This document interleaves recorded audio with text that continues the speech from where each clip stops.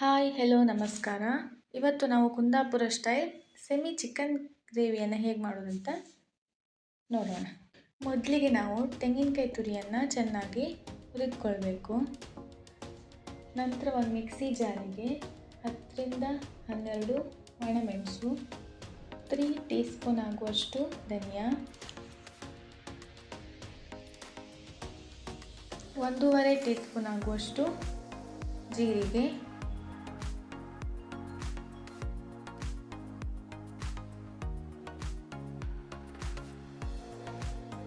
1/4 tea spoon ಆಗುವಷ್ಟು ಮೆಂತೆ,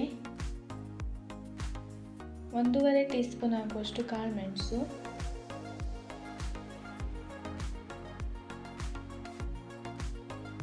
ಗರಂ ಮಸಾಲ. ಈ ಐಟಮನ್ನೆಲ್ಲ ನಾವು ಹುರಿದುಕೊಳ್ಬೇಕಾಯ್ತಾ ಮೊದಲಿಗೆ. ನಂತರ ಅರ್ಧ ಈರುಳ್ಳಿ, 4-5 ಬೆಳ್ಳುಳ್ಳಿ, ಸ್ವಲ್ಪ ಹುಳಿ, ನೀರನ್ನು ಹಾಕಿ ಚೆನ್ನಾಗಿ ರುಬ್ಕೊಳ್ಬೇಕು.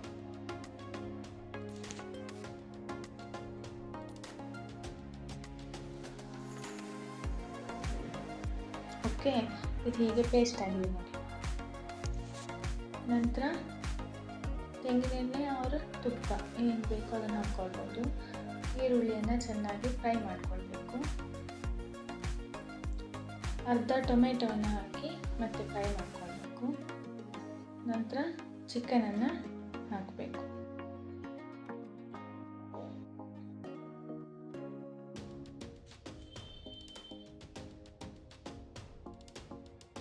ಆಮೇಲೆ ಅರಿಶಿನ, ಜಿಂಜರ್ ಗಾರ್ಲಿಕ್ ಪೇಸ್ಟ್,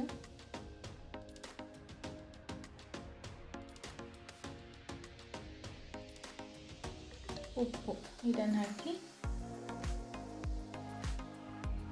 ಫ್ರೈ ಮಾಡಲಿಕ್ಕೆ ಬಿಡಬೇಕು. ಅದು ಚಿಕನ್ ಫುಲ್ ನೀರನ್ನು ಬಿಡ್ತದೆ.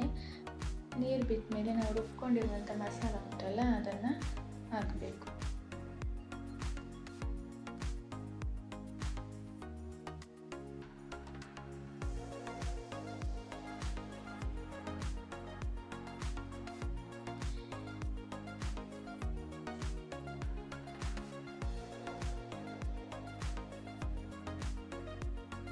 ಚೆನ್ನಾಗಿ ಕುದಿ ಬಂದಮೇಲೆ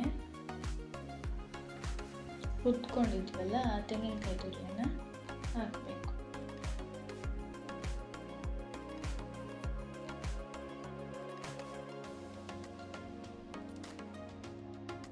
ಆಮೇಲೆ ಮಿಕ್ಸ್ ಮಾಡಿಕೊಂಡು ಬೇಯಲಿಕ್ಕೆ ಬಿಡಬೇಕು.